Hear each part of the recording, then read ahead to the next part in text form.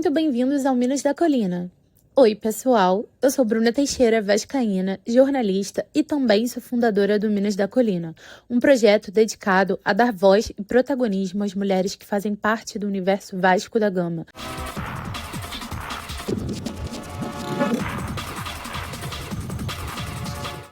Hoje temos uma convidada autêntica, cuja trajetória mistura amor incondicional ao Vasco e dedicação à torcida e às causas sociais. Nossa convidada é a Teca, uma mulher de múltiplas habilidades e conquistas. Vascaína, empresária despachante, perita e vistoriadora. Teca também é pós-graduada em docência superior e fundadora do Instituto Ordem de Malta, uma ONG que atua como presidente em prol de crianças com autismo, síndrome de Down e necessidades especiais em geral. Mas o vínculo de Teca com o Vasco é tão profundo quanto sua história pessoal e profissional. Desde criança, vestia a Cruz de Malta e sua paixão só cresceu ao longo da vida. Nos anos 80, fez parte da Força Jovem do Vasco, afastando-se um pouco nos anos 90 devido à maternidade. Em 2022, retornou com força total e se tornou diretora administrativa da Dinossauros, torcida destinada aos antigos da Força Jovem do Vasco, onde se manteve como diretora até maio de 2023. Atualmente, ela se dedica à ONG Instituto Ordem de Malta e cogita voltar para a liderança da força. Teca traz consigo uma nostalgia especial pelos tempos em que torcer era mais livre. Sua visão sobre o papel das mulheres no estádio é firme. Ela acredita pela sua vivência que antigamente o respeito era maior, mas ela sempre se sentiu em casa na barreira, garantindo que nunca foi desrespeitada. Além disso, Teca é um exemplo de como a paixão pelo Vasco pode ir além do futebol. Com o Instituto Ordem de Malta, ela leva o espírito vascaíno para causas sociais, organizando ações como o Dia das Crianças na Barreira e oferecendo suporte com documentação, medicação e auxílio financeiro a quem precisa. Hoje vamos ouvir sobre sua trajetória, suas memórias das arquibancadas e como ela une sua paixão pelo Vasco e uma causa maior, transformando vidas dentro e fora do campo. Preparem-se para uma conversa inspiradora com essa mulher de força, propósito e autenticidade.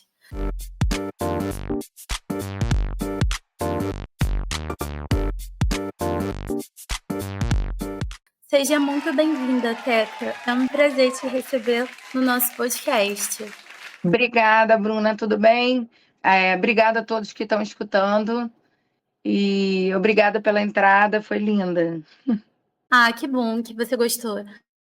Teca, você veste a Cruz de Malta desde criança. Qual é a sua memória mais marcante de torcer pelo Vasco com a sua família durante a sua infância? Bom, eu andava no colo do meu pai para ir para a arquibancada, a gente viajava, né?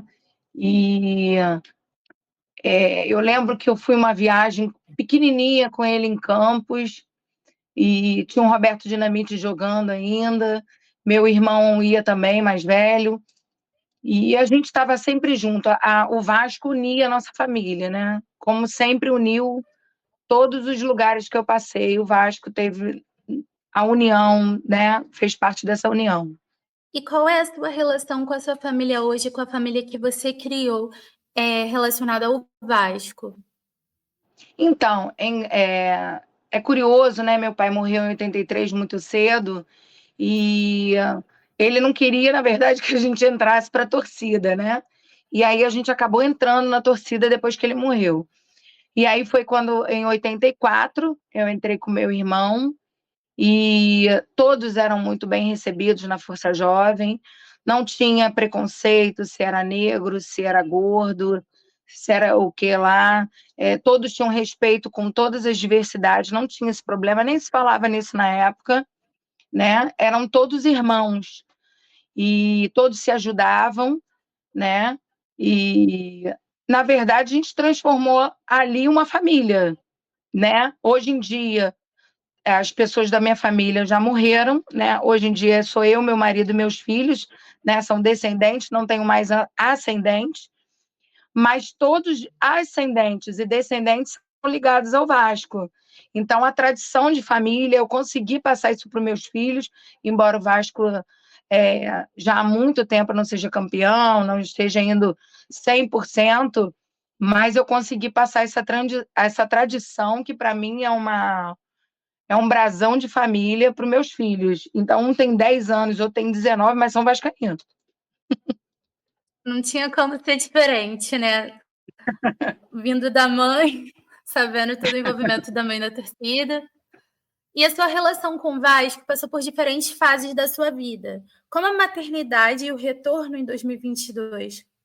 Como o clube influenciou as suas decisões mais importantes que você tomou ao longo dessa jornada? Então, é muito ligado ali, sempre a minha ida para a torcida, quando existe um problema sentimental. E, na verdade, em 2022, minha mãe tinha acabado de falecer em 2021, e o Vasco conseguiu me levantar emocionalmente, e eu consegui aplicar toda a minha energia levantando a torcida da Dinossauros, né? Organizando a torcida, levando pessoas novas para a torcida. E logo depois eu me inspirei tanto nela, que era uma educadora fenomenal, quanto no meu filho mais velho, que é autista, para fundar um Instituto Ordem de Malta, que se tornou a minha prioridade, né? E aí eu me afastei da Dinossauro, mas assim, me afastei, mas eu tô no grupo da Dinossauro, eu tô sempre presente nas decisões, nas coisas da Dinossauro ainda, não, ainda tô lá dentro. É um sentimento inexplicável, né? Eu acho que ninguém que não seja vascaíno vai entender, né? Como fala a música, ninguém vai entender esse amor, porque é uma coisa inexplicável. É muito diferente, porque o torcedor vascaíno tem ali a barreira também, que tem uma questão de identidade cultural, é uma vivência que os outros clubes não conseguem ter, essa identidade que a torcida do Vasco carrega, né? É verdade. E é muito interessante porque é, a gente estava conversando sobre as mulheres na torcida, né, na arquibancada, e é muito importante que as mulheres tomem esse lugar, que não tenham medo, porque os meninos são muito protetores, e torna a coisa mais leve, né, mais ponderada, mais tranquila, com a presença das mulheres. E é uma coisa que em 2022, eu já mais velha, eu consegui levar as esposas dos meninos, que é claro que a maioria são homens, né? Eu consegui levar as mulheres desses meus amigos para a arquibancada, para a torcida, para fazer parte, e elas estão gostando, né? Coisas que os maridos faziam sozinhos e hoje em dia eles não querem mais fazer sozinhos, porque já estão mais velhos também. E aí a gente está conseguindo levar as famílias para a arquibancada, que isso é muito importante, né? Acaba sendo um compromisso, né? Por exemplo, domingo o Vasco joga, vai todo mundo. É assim, é o evento familiar, né? É, E você tem visto mais crianças, mulheres no estádio do que antigamente? na verdade, eu vou te falar o seguinte: os pais vascaínos, sejam mães ou pais, homens, não, na minha opinião, não medem se seu filho é homem ou mulher. Ele quer que seu filho seja vascaíno. Então, eu vejo tanto meninos quanto meninas, né? E hoje vejo também as crianças que têm condições e que talvez os pais antigamente eu não via. Isso realmente eu não via. As crianças que têm condição. E o Vasco abriu esse espaço. Eu vejo muitas crianças com autismo, síndrome de Down, deficiências físicas, e eu acho muito importante que o Vasco sempre é o pioneiro, né? Isso realmente eu não via antigamente, mas meninas crianças e meninos crianças eu via muito. Sim, já está no DNA, né, do vascaíno abraçar todas essas causas. E o que as Verdade. arquibancadas do Vasco representam para você hoje, comparado à época em que começou na Força Jovem? Na época que eu comecei na Força Jovem, era uma torcida diferente, né? Menor, porque em 84, né?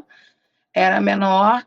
E naquela época a gente tinha muitas responsabilidades, tinham graus, né, de tempo que pertencia à torcida, então um picava papel, um preparava a bandeira para entrar, porque tinha o desfile da bandeira, que essa juventude não, talvez não conheça, né, porque acabaram com... A polícia acabou com o desfile das bandeiras, que era a coisa mais linda no Maracanã antes do jogo, né? Então, uns pegavam um bambu, entrava com bambu, outros entravam com bandeira, tinha que estar sempre limpa, outro entrava com a bateria, outro, que nem eu, cortava papel, outro levava papel higiênico para jogar, outro enchia a bola. Então, todos tinham uma responsabilidade, desde a hora que chegava na torcida até a hora de ir embora. Então, eu acho legal, porque isso formava no adolescente, né? Ou na criança que estivessem com os pais e tal, uma maturidade de responsabilidade, de hierarquia, de disciplina, tudo que ele vai precisar no futuro para exercer na parte de trabalho, profissional, tudo isso. E hoje, muitas coisas foram vetadas, então a gente não tem mais como, dentro de São Januário ainda, pelo menos nesse momento, de exercer essas atividades que eram tão importantes para a juventude, em vez de ficar ali sem fazer nada, ou sem nada na cabeça, né? Sem pensar em nada. Então, a gente tinha a responsabilidade de entregar o que era a responsabilidade de cada um. É uma questão de viver em comunidade, né? Você aprende a ficar ali, porque o Vasco é um reflexo da sociedade. É uma questão cultural mesmo, estar no estádio, vivenciar. E aí, quando você faz parte de uma torcida, você consegue compartilhar muitas coisas, aprender, ensinar, né? É muito interessante Exato. mesmo isso, porque são vários aspectos e muitas pessoas acabam banalizando, achando que é só bagunça, achando que é só festa e não consegue visualizar o que tem por trás de uma torcida organizada, porque até o nome já diz, né? Muita organização para fazer acontecer. Não, é incrível que eu tenho encontrado muitos amigos, né, que vão retornando, porque a gente nunca deixa de ir para a torcida. Não adianta. Então, eles voltam e tal. E olha que incrível, muitas pessoas hoje sofrem também de problema de depressão psicológico. Então, quando eu consigo sinalizar uma pessoa dessa, eu trago essa pessoa para a responsabilidade dentro da torcida, eu trago essa pessoa para dentro do grupo, né, que hoje também tem rede digital, então fica mais fácil a comunicação. Antigamente era só mesmo no dia do jogo, né? E em ocasiões especiais, e isso ajuda muito. E exatamente o que você está falando, uma torcida organizada não é visualizar só aquela parte ruim de alguns CPFs, que eu sempre bato na tecla. São CPFs, não é a torcida, né? Você não pode fazer parte de uma empresa e ser presa porque alguma pessoa matou o outro. Então, é aquela pessoa que naquele momento fez uma coisa ruim, você não tem nada a ver com isso. Então, tem que dividir, né? Separar o que é CPF, que fez uma coisa errada, da torcida organizada em si. Porque tem muitas coisas boas que a gente pode desenvolver dentro de uma torcida organizada. Perfeito, isso mesmo. E, Taka, você disse que tem incentivado as esposas dos seus amigos a irem mais aos estágios, tem incentivado essa festa em família, né?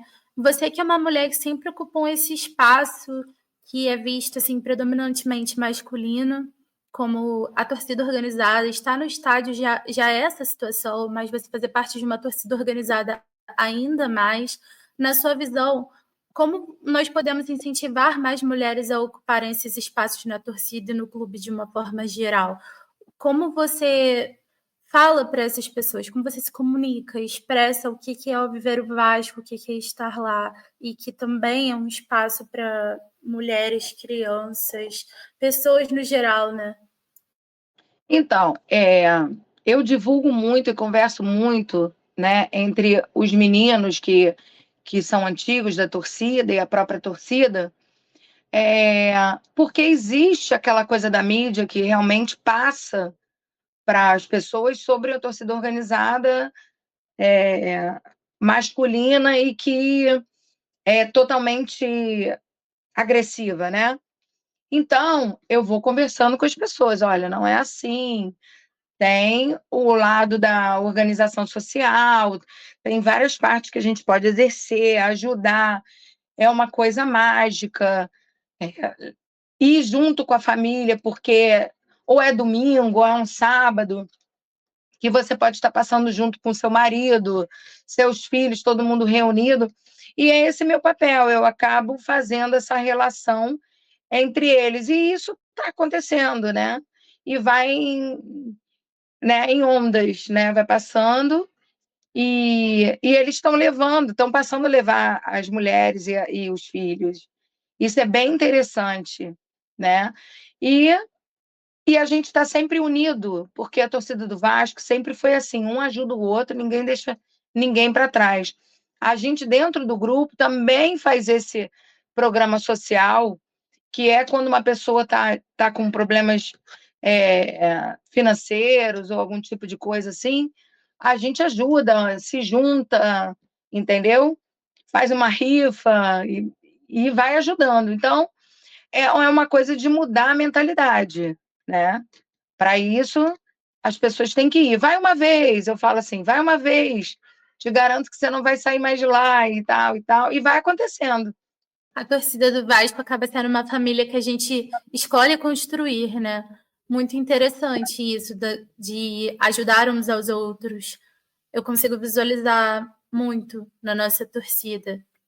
E você já afirmou no Atenção Vascaínos que antigamente havia mais respeito nos estádios.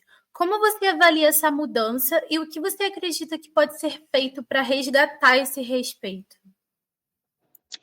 Então, o respeito, eu acho que fala da situação educacional hoje, né? Que os valores mudaram muito, a juventude mudou muito, entendeu? Então, eu acho que tem que voltar a ter um trabalho das lideranças em incentivar o respeito ao mais velho, à mulher, às crianças, entendeu? E esses valores que foram perdidos no meio das gerações e ser trabalhado esse tipo educacional para essa juventude continuar com o mesmo trabalho que vinha desde 1980, 70, a gente passando esses valores para essa juventude. É isso que eu acho. E você leva o DNA vascaíno além dos estádios. Com a criação do Instituto Ordem de Malta, como surgiu a ideia de fundar a ONG e como o Vasco influencia o trabalho que você realiza com as crianças especiais? Então, meu conhecimento todo, né, vem através que eu tenho um filho com 19 anos que é autista leve, mas não deixa de ser trabalhoso por ser leve ou, né, qualquer coisa desse tipo. E eu fiquei estudando sobre isso a vida toda, sobre tratamento, sobre o que eles poderiam fazer e tal.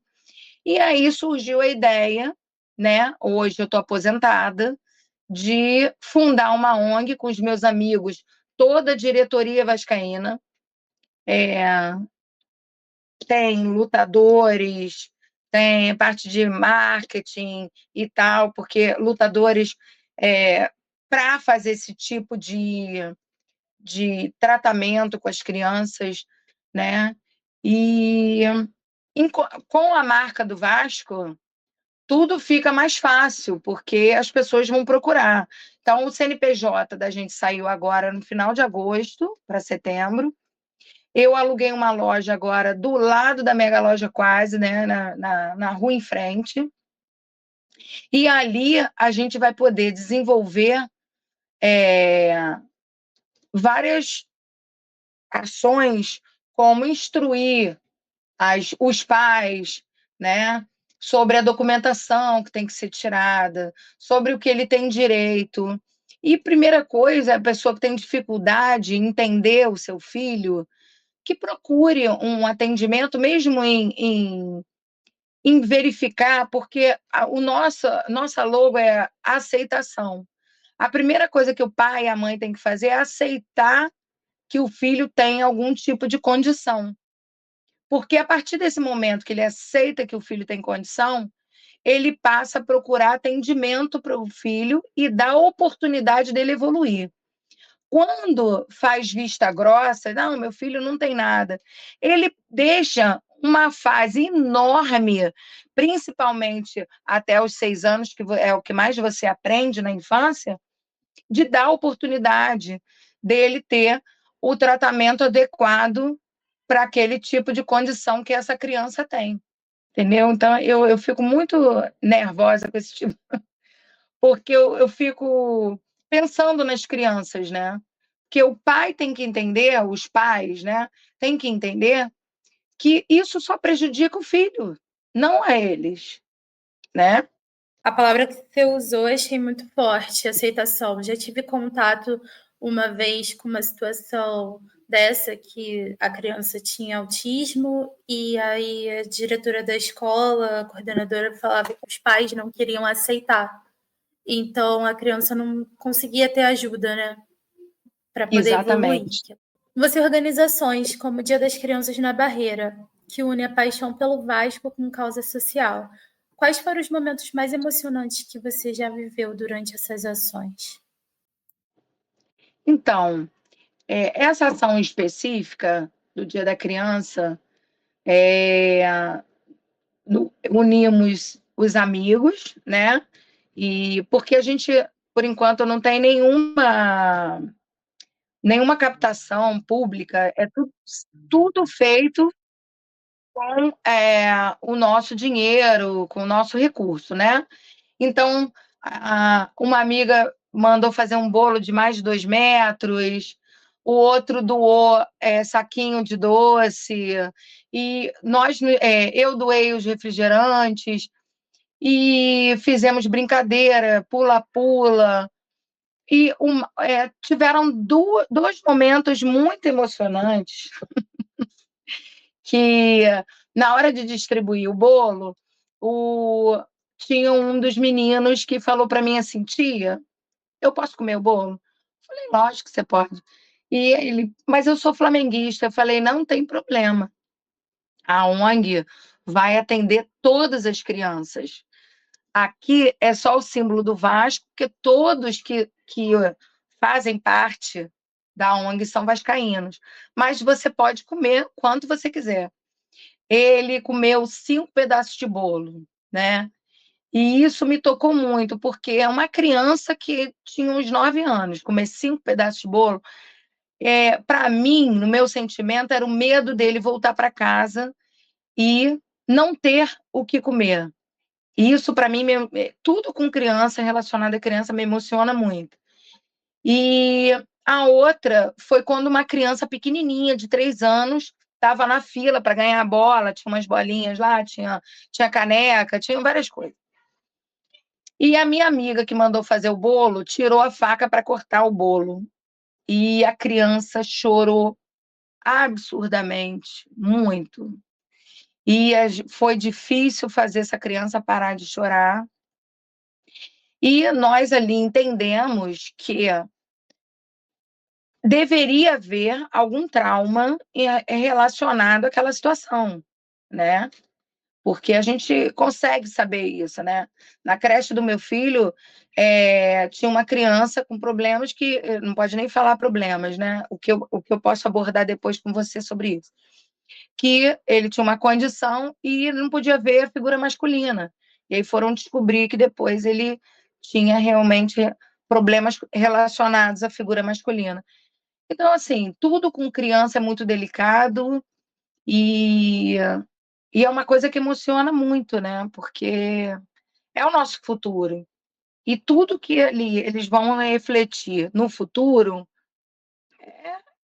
é obra do que a gente pode tentar mudar, pacificar, melhorar. É isso. Uma questão de sensibilidade, né? E você disse que carrega também a questão do Vasco no nome, porque muitos vascaínos ajudam o projeto, né? Junto com você, caminham ajudando. E no caso, as torcidas organizadas também estão envolvidas nesse processo? Elas também conseguem contribuir com a ONG de vocês? Então, eu conheço as lideranças de todas as torcidas, né? Tem o Marcelinho, que é das Tovais, tem o Fabinho, presidente da Força Jovem, tem a Mancha Negra, o Ítalo, né? Tudo isso. Tem os outros também, da Vasco Comunidade, tem o complexo da Roça, que é o Dila, muito meu amigo. Eles procuram muito ajudar, né? O meu vice-presidente é uma pessoa muito conhecida das antigas, que é o Márcio Lobo. E isso tudo vira uma família de novo, né? E eles realmente procuram ajudar, respeitam muito, respeitam muito. E nós estamos costurando, né? Agora que saiu o CNPJ, uma parceria grande, né? E vamos sentar aí para conversar, para acabar de colocar no papel o que falta, mas já está alinhavado o início da parceria. Perfeito. A união faz a força nesses momentos, né? E como foi o seu início na torcida organizada? Meu início, bom, eu fui muito bem recebida, né? E eu era muito novinha, tinha protocolo de segurança, tinha que saber como entrar, como me vestir, como sair. Se eles fossem atacados por alguém, brigão, eu tinha que saber para onde ir, né? Para eles não ficarem preocupados comigo. E, gente, era uma coisa maravilhosa. Me ajudaram muito a crescer, me desenvolver. E eu tinha 10 anos. Nunca me assediaram, nunca me abusaram, nunca me desrespeitaram. Uma coisa muito mágica. Você viveu intensamente o Vasco nos anos 80 e 90. Consegue detalhar para a gente algum evento marcante dessa sua época de organizada? Bom, já em 2011, né? Eu vou lembrando, vou puxar depois 80, 90. Em 2011, teve a final da Copa do Brasil. Para mim, aquele momento foi o mais. Não sei nem qual adjetivo que eu vou dar. Maravilhoso, porque eu viajei com todo o pessoal da antiga, meus irmãos não deixavam eu viajar, né? Porque eles tinham muito medo de acontecer alguma coisa, e ali eu já era mãe, já era bem mais velha, tinha 30 e poucos anos. Fui com meu marido na época, e o Vasco foi campeão em Curitiba. Foi um momento tão mágico para mim, e que eu consigo lembrar o bumbo da torcida do Curitiba do outro lado, né? E pautando aquela, ia falar guerra de bola, mas é guerra no campo. Aquele jogo, né? Pautando cada momento daquele jogo até o final, eles não pararam. Uma torcida linda, inclusive, maravilhosa, muito organizada, porque eu estava vendo do outro lado. E a torcida do Vasco firme até o final, maravilhosa também. E nós fomos campeões, né? E foi uma viagem assim muito intensa, muito marcante na minha vida, isso aí. Nos anos 80, eu vou te falar do meu irmão biológico, que se chamava Buiãozinho, né?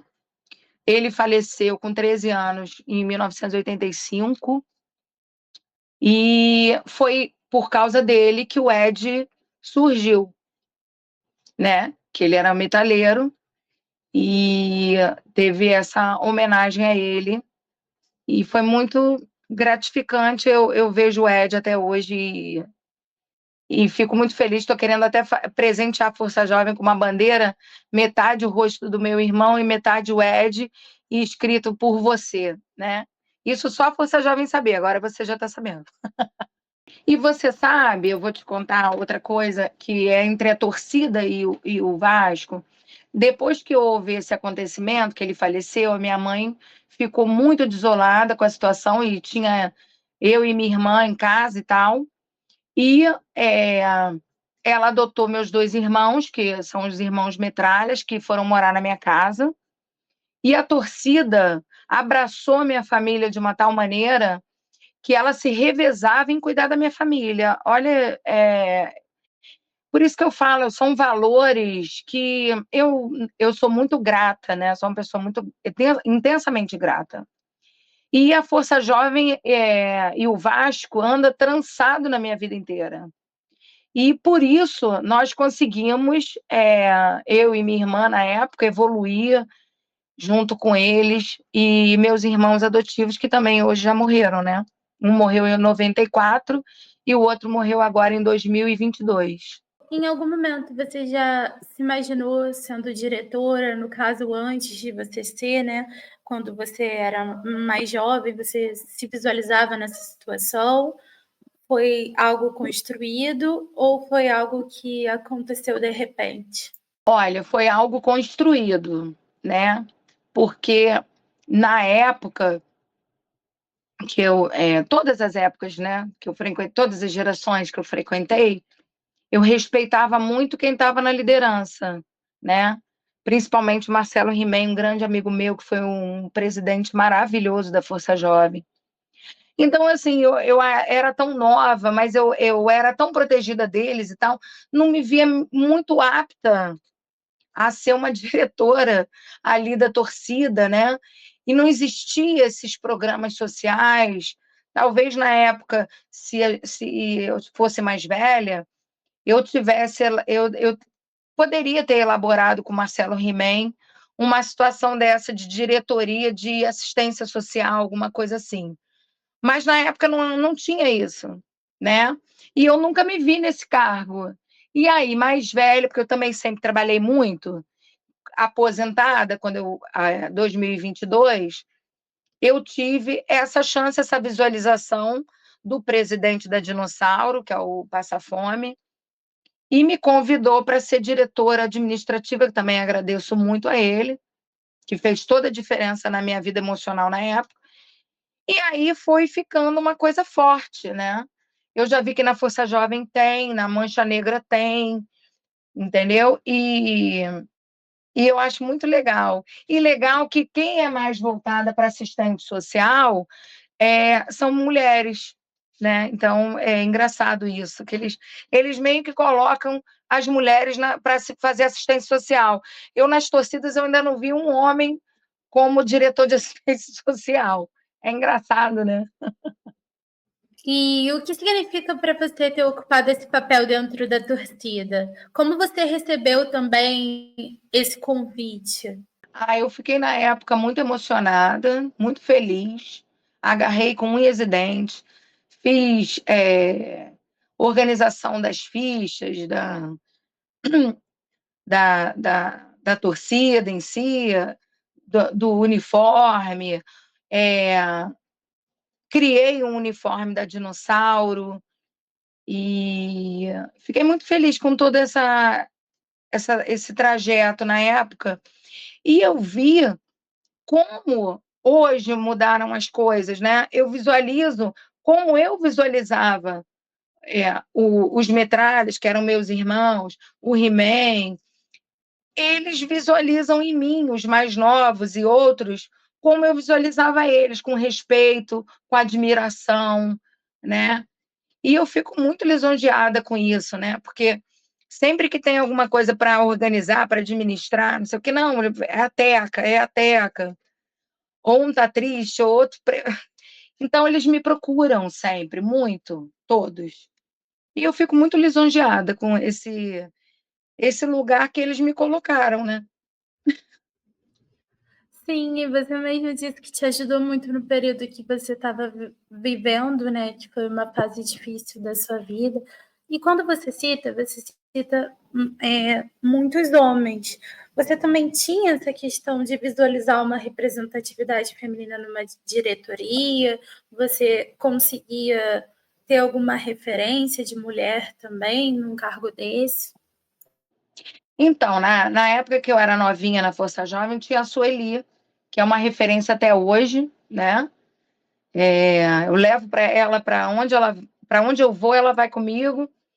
E ela não era uma diretora, mas ela era respeitada como uma diretora na época, visualizando dessa forma parecida, né? E hoje, na minha ONG, tem uma diretora administrativa, que é uma diretora administrativa de marketing, né? Mas e na Dinossauro, a gente fez uma chapa com 3 diretoras diferentes, né? Então as coisas assim mudaram um pouco, né, de visão. E todos eles respeitam muito.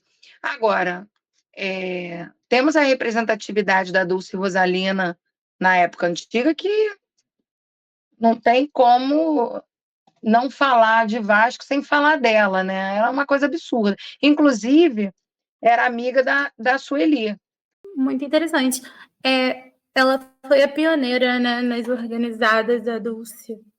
E o Vasco, Foi mais uma a vez, primeira, fazendo história.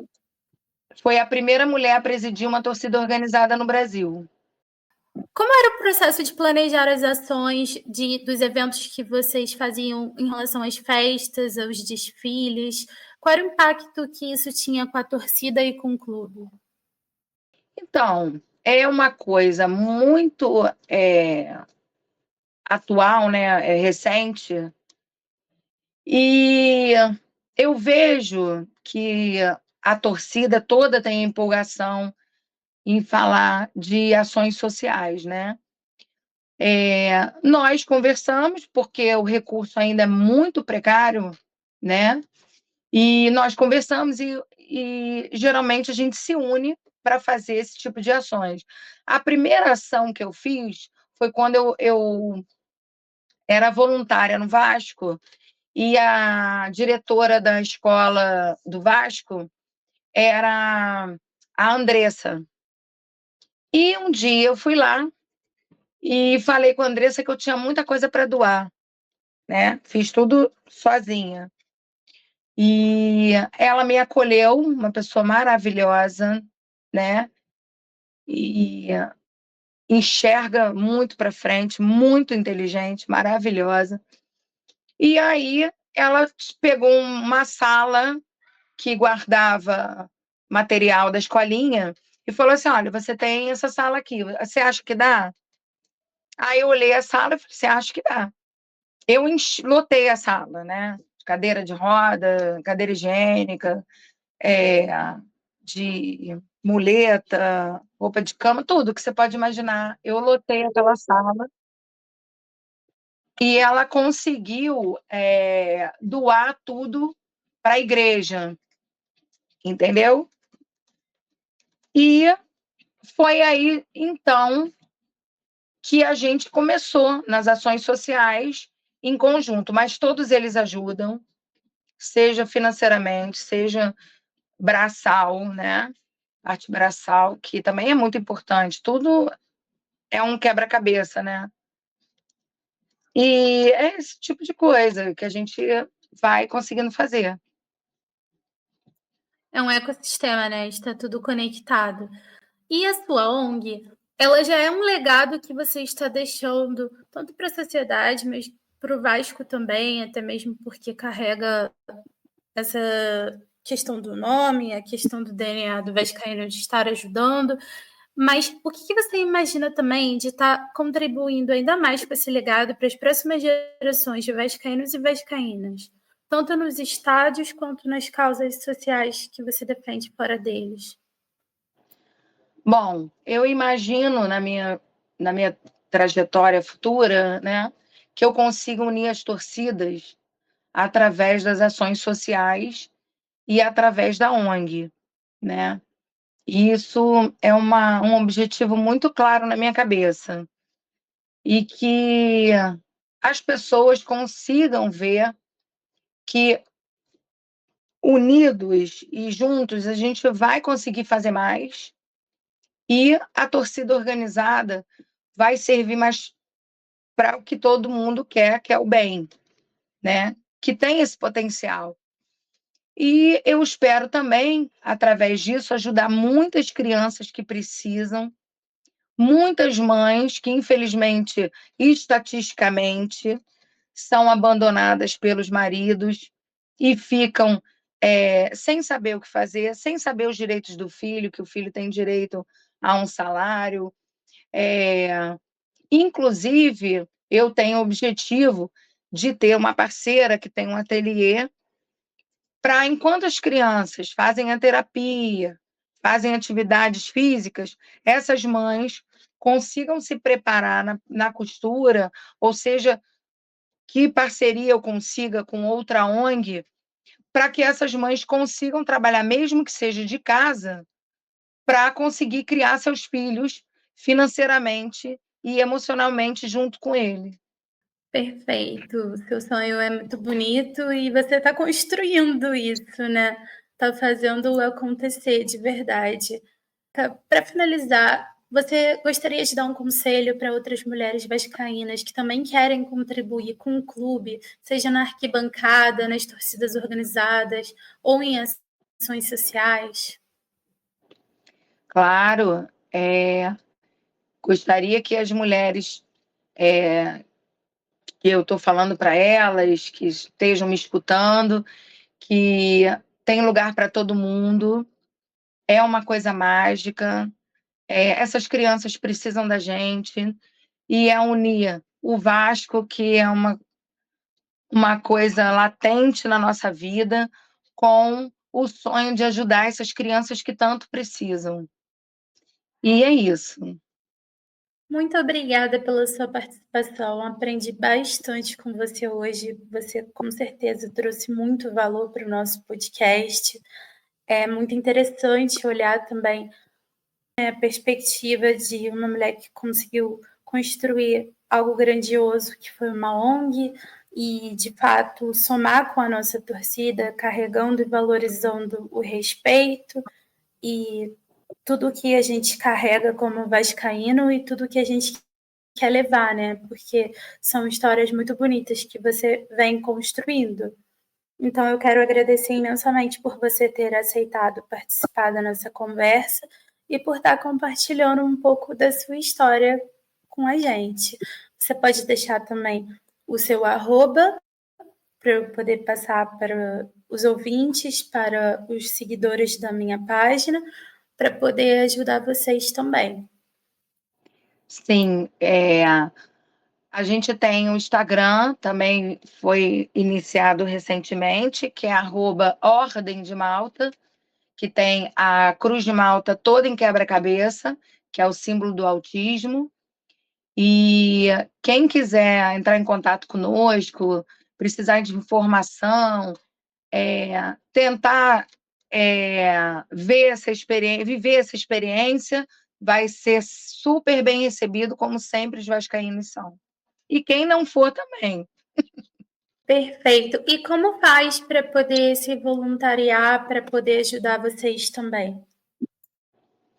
Eu posso deixar meu telefone, que é o 21 96953 7596.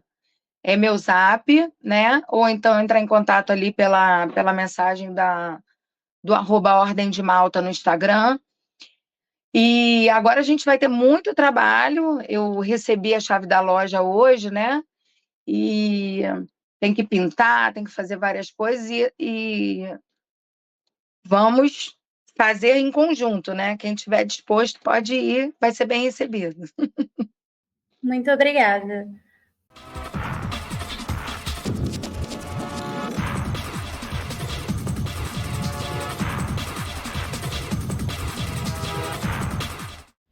Espero que tenha gostado do primeiro episódio de Vasco com Elas. Sua participação e apoio são fundamentais para continuarmos dando voz às mulheres que fazem a diferença no Vasco da Gama. Não se esqueça de seguir o nosso perfil no Instagram, @MinasDaColina, e se inscrever em nosso canal no YouTube. E já aproveito para convidar você para o próximo episódio, onde teremos a honra de receber a garota das fotos. Júlia é uma vascaína de alma e coração que lidera movimentos na bancada e representa com muita força e paixão a torcida feminina do Vasco. Tenho certeza de que vocês vão se encantar com a história e a energia dela. Vasco com elas e por elas. Esse é o propósito do Minas da Colina, exaltar as mulheres que transformam o clube dentro e fora das arquibancadas. Até o próximo episódio!